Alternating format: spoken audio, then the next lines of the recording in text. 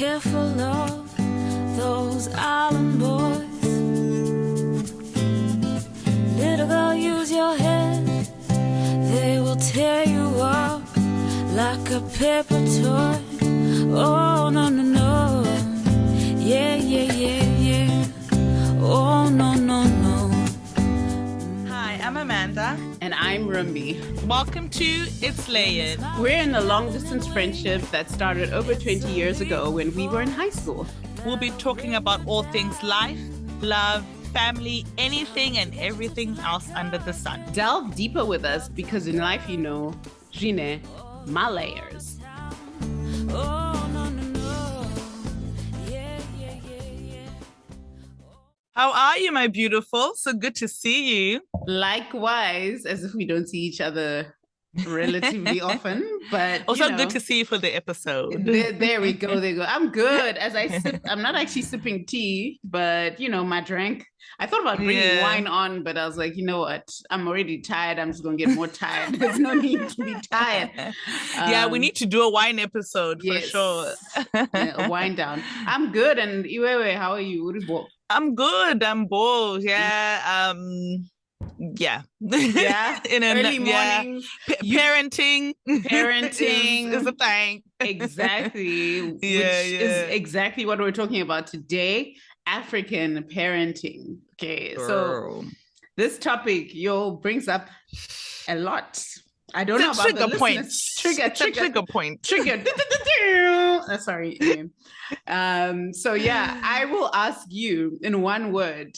When you hear the term African parenting, what comes to mind for you? Authority. Like instantly, I'm like, discipline. Ain't messing. Definitely. Like it ain't no lie. I just think, because I think that's something, and of course we're going to be even though we speak from a Zimbabwean lens, this one is like African, we've made it quite broad, because I think this is something we all have in common, like especially if you're Black African, we all can relate, whether you're from Nigeria or Ghana or Zimbabwe or South Africa, we're like, yep, this is one thing we all have. Our parents all went to the same parenting school. Yes. There was some curriculum that was distributed and they all signed up and passed with A++++++. Yep. Totally. What do you think? The word that comes to mind is control. Oof. That's just... Yeah, they go hand in hand, discipline and control. Authority and control. Lack of freedom. You are not your own. They made you, so they own you. I don't know how to put it. Oh, yes. The ownership is a problem. We need to be really getting into that. When did you first realize that this existed? Like when you compared to like someone else? You know when you have your homies. So like I had friends when I was like in primary school, and just the liberty they took around their parents and ability to say no. And, you know, it looked like their parents negotiated with them and tried to understand them, and they gave their parents a hard time. I think that's where I learned, and actually learned from the community that was not African or not Black, to slam the door on my parents. I think I've mentioned the story Rumbi, before. I still cannot believe you did that, girl. Slammed the door on my parents. I think I was getting too confy watching my, counterparts, not realizing it's a different household. So I think it's definitely from friends going, for play dates or parties and seeing how they communicated with their parents. And I was like, this be different. This is a lot different to what I know. Yeah. And for you, when did I co-sign with you as well. Like that's probably why parents don't like us going for sleepovers, because they were like, you're gonna learn these things from other people. Like literally all my white friends, that's where I learned, like we'd be like swimming in their pool and their parents would be like, do you want to get out? And they're like, oh no, mom. And I'm like, you have a choice. What is this? What is this? The freedom of choice. Like it literally was like that. And also from TV, of course. Like I remember there's a time when I would force my mom to tuck me in. and read me a storybook. Because I'd be like, hey, bruh, this is what these folks have been doing on TV. Then they get a kiss goodnight. I want that. Do it now. I want that. And obviously, you know, when you're young, they placate. I think she just placated me like this kid. Like, and I think in a way she probably thought it was sweet because it wasn't too misaligned with, you know, how we normally operate. But definitely I forced it upon her. Like, I was like, read this book, tuck me in. You know, like there's a sequence. I think she was like, and I know, you know how it is. And I'm like, but you guys to tuck me in. You know, so I definitely remember being very like assertive about that because I learned that from TV. Yes. But I definitely did realize in real life that there's a difference, you know, huge. Similar to you try push the boundary, then you get told and you go straight back into the, you know, you're the edge of the comfort zone and you go straight back right into the middle by like one look would just put you right back. 100%. And that one look, I think everyone can testify. There's that look in public. Because I used to see, you know, like white parents hitting their children in public. And I was like, hey, these children, because they throw tantrums and, you know, the mom is trying to negotiate, screaming, and then they'll spank in public. My parents never spanked me in public. It was just the look, just the one eye. You just get the eye and you knew. The look meant murder. It wasn't even like, I'll spank you, you knew you're going to die. Absolutely. My guy, you want to die. And you knew when you got home, things were going to be hot. Because if there's one thing African parents do not want to do, is to be embarrassed in public. So they're like, hell no, sir, you finna embarrass me? I'm going to show you. Especially in front of their peers, like public with strangers, and then there's public with peers. So if you go to people's houses and you're eating too much, talking too much, getting yourself seen, they're like, you need to come all the way down. That's Ziso, bruh. I'll never forget it. But where do you think the origins of this African parenting, this almost Pan-African, how to be an African parent? Because when you watch the meme, when you watch the TikTok, see the memes, you can, like, we relate. Like from when you see ice cream containers in the fridge and you get excited and you realize it was not ice cream, never was going to be ice cream. Like, you know, things like that. From the biggest to the littlest things. Where do they get this from? I think to latch on to your word of control, I think a lot of it comes from fear. Fear of us not becoming a doctor, lawyer, or engineer. Fear of us, you know, embarrassing them. Fear of us, because we're a reflection of them, is always going to be a thing. So it's like, if you're going to be naughty, oh my gosh, then everyone will think I'm a failure. So the fear of that failure then drives the parenting. Then it becomes so strict, where it's like, you have to be cookie cutter. You can't let yourself shine. You can't let your quirks, you know, show, because no, you meant to be. And then the comparison as well, you know, like, oh, you have to be like this other person who's now rich and got everything sorted, seemingly, right? Because you never know, optics. So I think it's just the fear of, they worked so hard to get where they were. They didn't want it to like slip, but at the same time, they were probably also parented like that, where it's like, you have to conform. Do not try be different. Do not try stick out. Just stay in your lane. Just stay in your lane. Yeah, it's so limiting, don't you think? 100%. And I think because our parents didn't have the tools to understand the emotions or understand why it was so important for them not to be embarrassed in public or to be seen a certain way, or how, you know, they didn't have the tools growing up. So then they just put together this set of rules or this behavior that would fit in their comfort zone without questioning them. Because a big thing with African parents, I think we can all testify, is you do not want to question them. They do not want to be questioned. They're always right. Challenged. They're always right. Because anything then makes them have to look at why they behave a certain way, and they did not possess those tools on expressing themselves or explaining why. It was always like, just because, you know, because I said so's of the world. Because I'm older than you, because I'm like, so there's, and I think I actually sometimes wonder how they went through our toddler phase when you're asking why literally. And I think that's probably where it starts, because I think when you're toddlers, they say that's when you experiment and push boundaries, do the tantrums problems. And I think that's when the ziso, the I, starts. Yes. Because then they like, that's the conclusion. Like I told you, like that's it doesn't, I don't need to explore this further with you. And I mean, we've already touched on this in terms of factors that you think shaped this particular type of parenting. But I think another thing is because they had to parent early themselves. Yeah. Like I look at our grandparents' generation and I'm thinking, if you're going to be having 9 kids, 14 kids, by the time the kid number 14 comes out, kid number 1 to 5 is already like much older. Yes. So I feel like they became parents so early without, again, having the tools, as you mentioned. Yes. So they used to also just rule by, I told you. And that's where age and hierarchy becomes like, because paramount. You have to have it. Yeah, very paramount. And I think because they parented so early, they didn't know either at all. And also for our parents, they straddled 2 worlds. They had the world they grew up in and then the modern world where they tried to expose us to a lot more, to give us more opportunities, to integrate us with white communities, Western ideologies. And with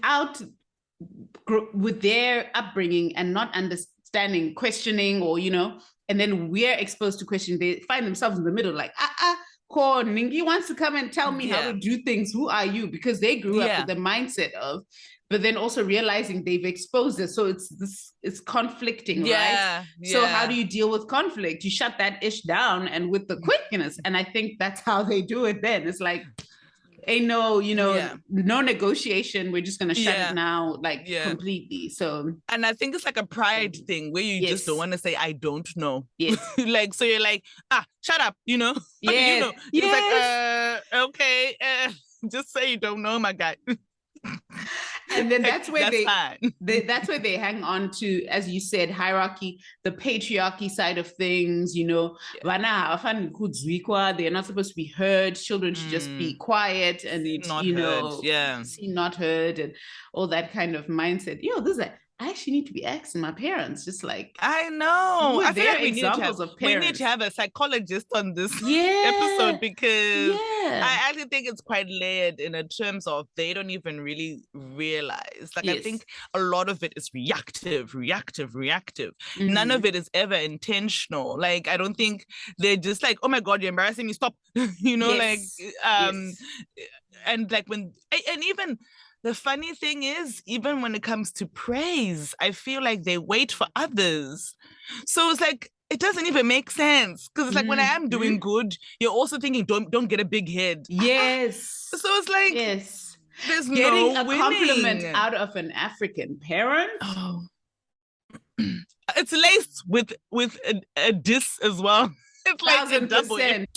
Yeah, like I remember even with my dad, like whenever he wants to say I look good wearing something, he'll be like, "And our geza." So it's like, okay, obviously you're saying you look good, but then it's like, oh, you don't bath other days.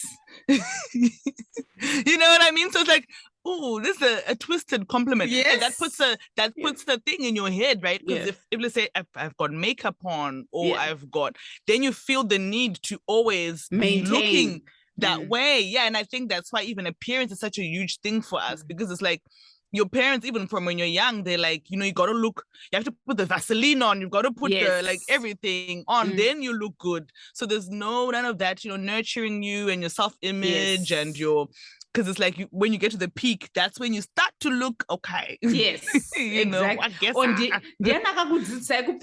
That's what my mom was. And you're like, okay, are you saying I'm dressed well, and I cannot take the credit. Are you complimenting yourself? Exactly. So the backhanded praises is tough, and you have to have thick skin to be an African child. The thick skin you gotta have. Bruh. And let a lot of things go. Don't sweat the small stuff, because you'll be lost in the sauce, because literally you will be touched at everything if you go in like everything. That. I was an emotional kid. And then I was like, whoa, ain't gonna survive. We ain't gonna make it, Rumbi. We ain't gonna make it. We need to put some thick layers on, like Shrek. Have onion layers, chill. Otherwise, you don't make it. Do you really think, though, it takes a village to raise your children? Like, we throw this a lot. I think so. I think that is definitely one value system that African communities have that is so valuable. Ubuntu ngumuntu ngabantu. And that's a South African term, which talks about a person is a person because of other people, and really essentially the community raises a person.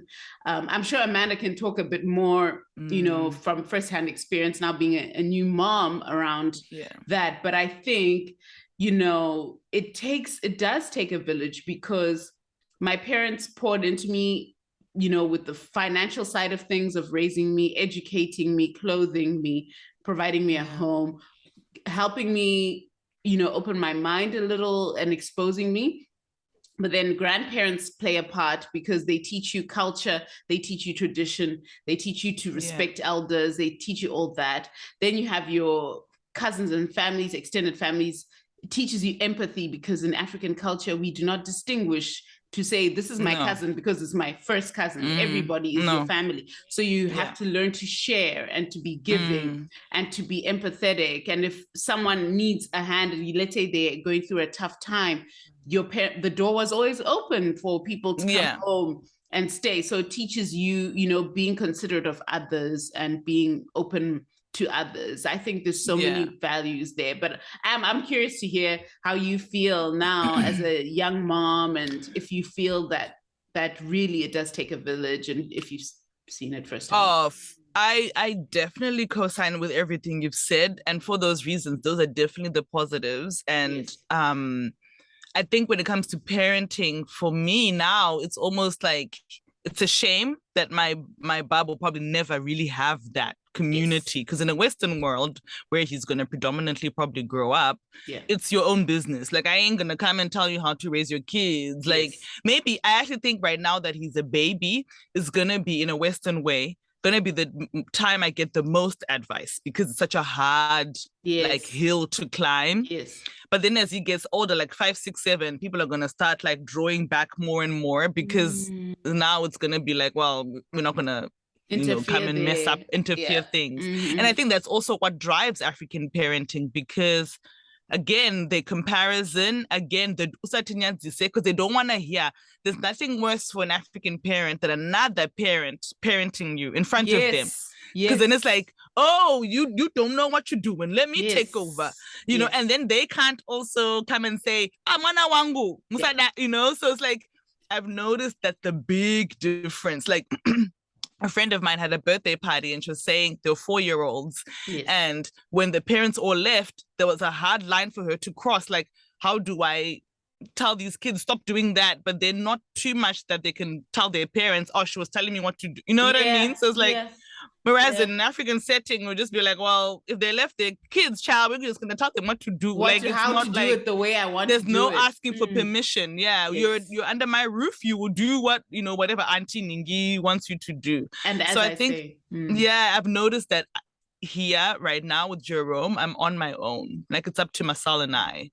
Whereas I think if I was raising Jerome in Zimbabwe, I wouldn't have that feeling. I would obviously be very embarrassed if another parent tells them what to do. I'd be like, ooh, oops. But then I would know there is a village to back me. Like, if he's out in these streets, he's going to be correct still. Because the seesaws will still be happening in the train and whereas, they really will look away. They really will. That's very interesting. It's a big difference. It's very, very interesting. In what ways do you think African parenting evolved? I think we've even spoken about it from our grandparents' generation, our parents' generation, coming now to us. Oh my gosh. Our generation, like the evolution, if you could surmise it, how would you say it's played out? I definitely think communication is becoming a bigger and bigger necessity. I think our grandparents definitely were militant, which was very very like representative of the time they were living. Yes. They were living in militia times. Yes. So it is very like do what you need, but do what needs to be done. Like there's no, let's not think about it. Let's not, and also they saw their kids as a resource. That's why you get the 14 kids, because everyone had to help out. It's just like the more kids you have, the more wealthy, quote unquote, you are. Because again, ownership. Yes. And then I think from our parents, like you said before, they're always balancing the Western side and the African side, and there's like a whole lot of confusion happening, but they're still trying to make it work. And I think for us, we've definitely adopted the Western style. Yeah. When we talk about mom shaming, when we talk about, dads need to do just as much as moms, all that is very, very Western. Yeah, 100%. So I feel like, would you want it any different though? Like, this is a question, because as you say that, I'm like, would I want to maintain the status quo of the majority of responsibility of rearing a child to be placed on me in terms of the, care, changing the diapers, feeding, washing the clothes? Like, would you want, that's my question, because we spoke too about colonialism in, a previous episode. And it's like, we are becoming more westernized, but would we want it to stay the same? Like, And it's such a good question, because we, again, in that episode, we talked about cherry picking and how cherry picking is like, and I feel like with this parenting and the evolution of us as a people, we are cherry picking. Because I do want Marcel to, come in from work and help me out with the bub. Yeah. I do want him to cuddle Bub, and they have their own separate relationship, not just money, not just I provide, but he actually thinks and knows his dad as much as he knows me. Yes. So I want that. But at the same time, I also don't want him to be like back chatting. I don't want him to be. So I feel like we're still going to be cherry picking as well. And I can't fully embrace the Western style, but I can't fully embrace the African. So I think I'm still going to be struggling, trying to balance the two. And I think we need a bit more of the Western style also in the world we live in, where access to care is really expensive or difficult, and people are going about their own lives. So dad has to show up, unfortunately. Back home in Zim, you've got Mbuya, you've got Tete, you've got Ningi, and the help even. The help, you know what I mean? So that's also another, it's a reality check. But I was just curious to ask, because I'm like, we've been talking about this, but it's not practical anymore to live in a certain way. Yeah. Do you think it's evolved, or how have you seen it evolving? I agree with what you said. I think,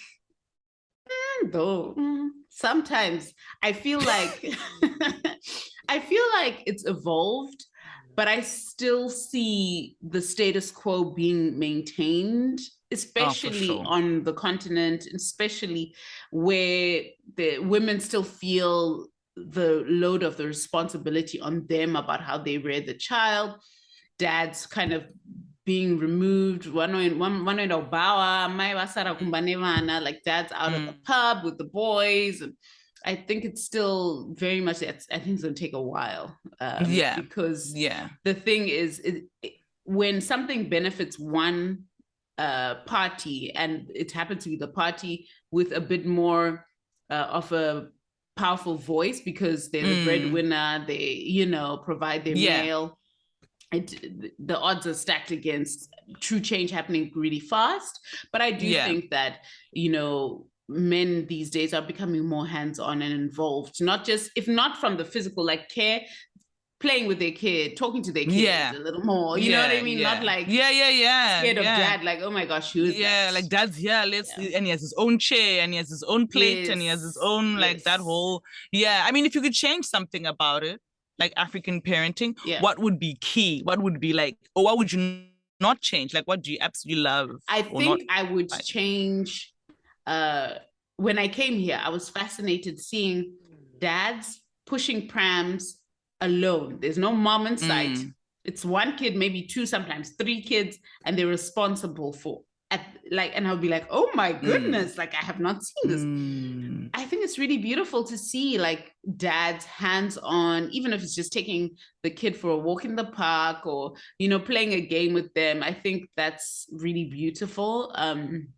on a visual level. And I think on a more personal level, it's engaging with children and truly getting to know children as individuals and responding to them and, you know, encouraging them. That's something I would change as opposed to the control or authoritative, no, you can't do this because I said so, kind of getting to understand why children and encouraging, you know, them, helping them work through fears, helping them go for the things they want in life. I don't know. What do you think? I completely agree. I think what I would change is taking the time, you know, to really get to know your kids. You know, sometimes some kids will be like, my kid doesn't do that. And it's like, really? They don't? Because in these streets, we see them doing it all the time. You know what I mean? Like sometimes African parents are the last to know their child because they think they know. They think, you know, because after a while as a teenager as well, especially, you start to give them this mask almost of who I am. You know, Rumbi will come, she'll set the table, she'll make tea, she'll do, yes, I'll do those things. But do you know, when we're talking about music, is Rumbi more keen on that? We're talking about, you know, like I feel like they need to take that extra step to really know their child. You know what I mean? Like, and I felt, because we're not cookie cutter, even though the system makes it that way. So I wish they would change that, because I want parents to really pick child up in a lineup. You know, we're not just the same.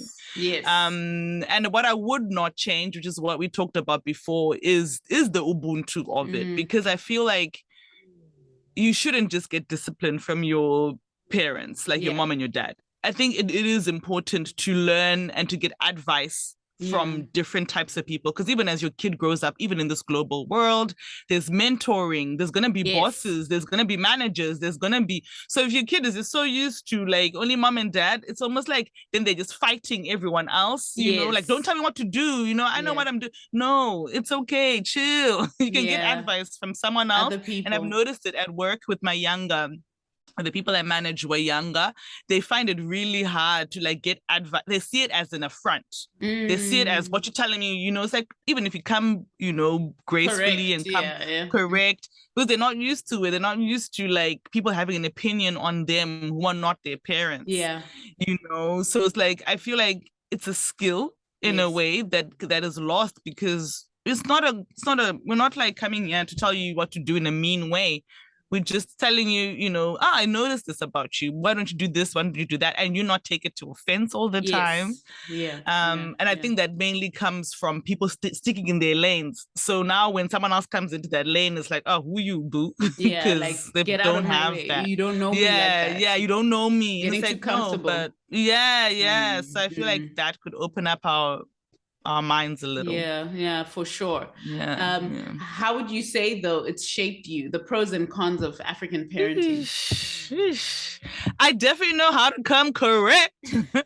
Like even when Rumbi had her wedding in Prague, I remember when I got there, I was like, you got to greet everyone. You know, like, as much as I'm hugging Rumbi and happy, I have to also like take a moment, greet everyone. Makadini, how have you traveled? You know, like it's just one of those things. And even when Rumbi and I were discussing for wedding or for Rora, we're like, okay, what do we need to do for the parents? What do we need to do? Like, it's like a thing we need to discuss. What are the expectations? What are are we cooking? Are we cleaning? Are we?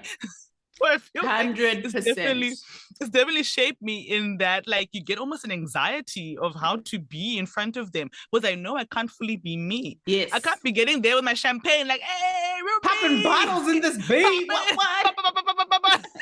You know, I know I have to come like, let's you know, like, so I feel like it's definitely shaped. You always thinking, you're always in your head, like reading the room. You're reading the room all the time, which is a pro and a huge con at the same time, because then you're like showing them a piece of you. You know, I feel like even with your mom, who's our biggest fan, listening to this podcast, she said to us a few times, you girls, like, because I think she's now seeing a deeper part of our friendship, which when we're in front of her, we're obviously trying to be like respectful, So I feel like isn't it funny though, and to tie on to what you say, you have to come correct, but you have to be careful not to offend someone, but you need to be willing to take on offenses, because for sure, the offenses come, and not just from your parents. It's like other family members, older people. You've gained weight. It's this weird thing where you are not allowed to speak, but you're meant to just absorb all the It's a weird mind F. And then the funniest thing is when they have different opinions. One is saying you've gained weight, it's a good thing. One is saying you've gained weight, it's too much. You're like, so what do I do? What do I do? Like, who am I right now?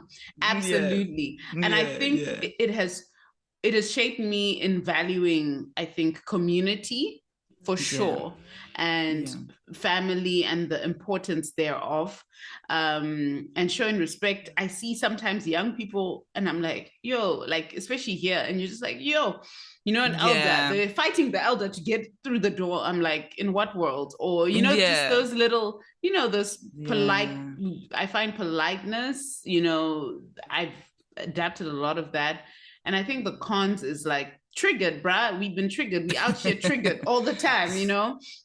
You're ready. Alert, always ready. You know, you have to, cons are, a lot of us have had to go through therapy, I think, to work through a lot of the African parenting that we experience as children, and kind of work through that, still working through that, you know, and then it makes you question the kind of parent you'll be. Should I have children? Will I be a good parent? Like, it's a lot to digest and work through. So I think you've brought up a great point in therapy, because I actually really, that is a huge thing, because I think like self-image, because the comparisons, like if you don't reach those levels of doctor, lawyer, then what? Are you a nobody? Like, of course not. You know, if you can't bear children, are you a nobody? Of course not.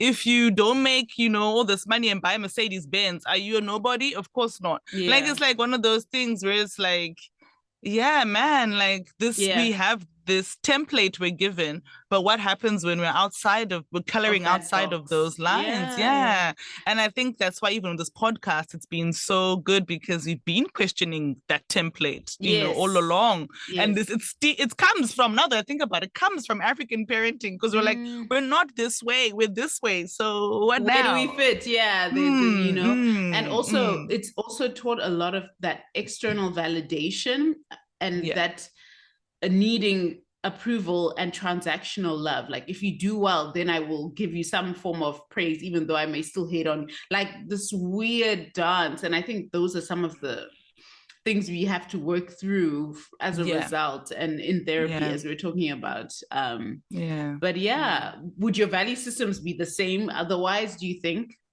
Had it not in a word, no, they would not be the same. Because all the things we've talked about, Ubuntu, community, respecting your elders, you know, being ageist with some things, it's all based on that. And that's the biggest thing. I think it is coming from African parenting. You've grown up in that extreme, and it feels like Western way is not, it's like, oh, okay, I can do this, but I wouldn't have had that in me without the extreme. What do you think? Just like we spoke about in talking about colonialism, I would not be me without it.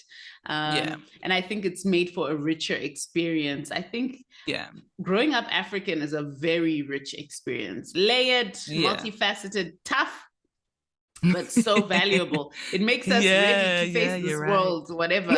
Especially, and I think, to be fair, our parents, in a way, were preparing us for a world where we would be a minority, or experience racism in certain spaces. And you know what I mean? Like, it kind of has to prepare you to face all of that and still try come out on top at the end of the day.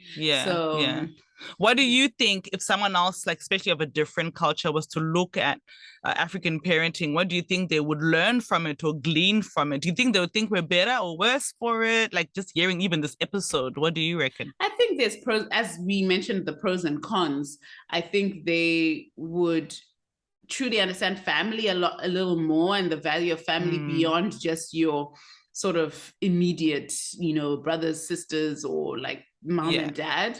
I think it would also symbolize hopefully a society where respect is kind of paramount, and that there's value from hearing from others. You don't have to all the advice. Like imagine if only my mom was giving me advice on life. Like that's a lot of pressure on. Yeah, you know what I mean? Yeah, but to have other people who can pour into you and give you certain perspectives, I think that's what they would see. Obviously, there are other things which are not so great, where parents are a bit distant or as a separation, or the control aspect of things is not always a great thing.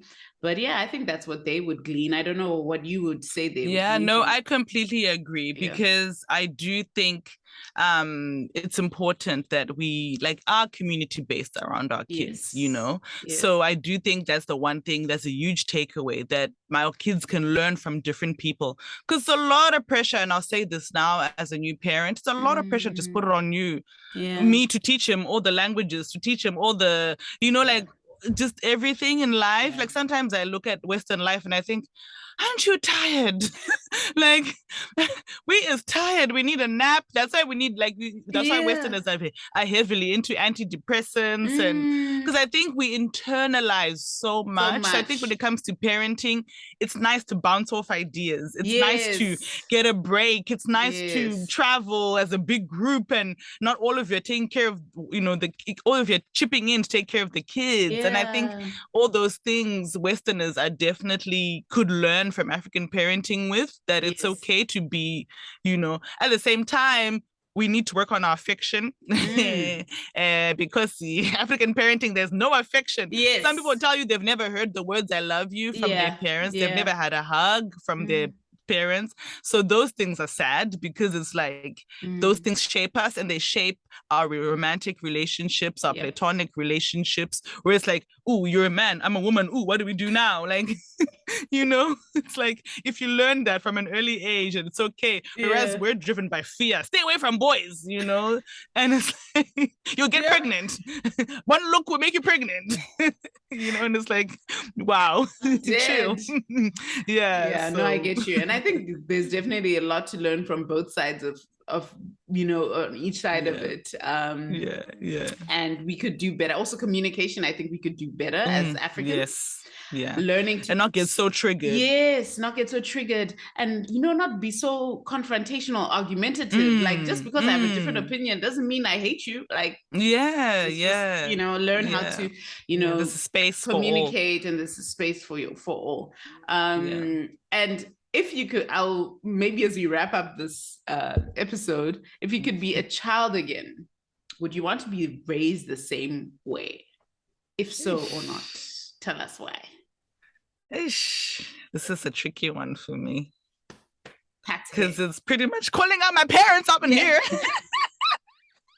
Savage. I reckon yes, but with some change. I would want to be raised the way I was raised. I think it has shaped me into the best person I could be in this global world. But I do see the problems. I do see the parts where I need therapy, as we talked about, where it's communication, love, self-confidence, all these things, and that I shouldn't have to be fit in a box. It's okay for me to be my quirky self. And, you and me always talk about this, where we want to be different and celebrate that. So I think I would love to be, but there's some definite points where it's we could have done better. 100%.